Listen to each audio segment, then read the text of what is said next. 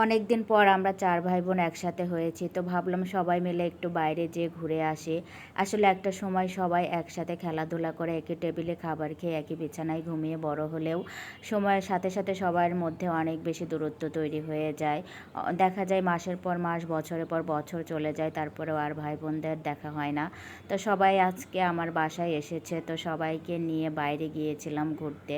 অনেক সুন্দর একটা সময় কাটলো। আসলে ভাই বোন একসাথে থাকলে অনেক সুন্দর সময় কাটে, অনেক বেশি আনন্দ, হাসি, আড্ডা। আসলে এই আনন্দ অন্য সব আনন্দর থেকে অনেক বেশি স্পেশাল। তো আমরা ঘোরাঘুরি শেষ করে একটা রেস্টুরেন্টে চলে আসলাম একটু পিৎজা খাওয়ার জন্যে, যেহেতু আয়ান পাখি অনেক বেশি পিৎজা পছন্দ করে। তো আমরা রেস্টুরেন্টে এসে একটা বড় দেখে পিৎজা অর্ডার করেছিলাম, তারপরে পিৎজা চলে এসেছে। আর আয়ানের পাপা সবাইকে পিৎজা তুলে দিচ্ছিল খাওয়ার জন্যে, কিন্তু আয়ান আজকে একদমই পিৎজা খেলো না। আজকে ও ফ্রেঞ্চ ফ্রাই খাওয়া নিয়ে অনেক বেশি ব্যস্ত। আসলে ওর এক এক দিন এক এক রকম মুড হয়।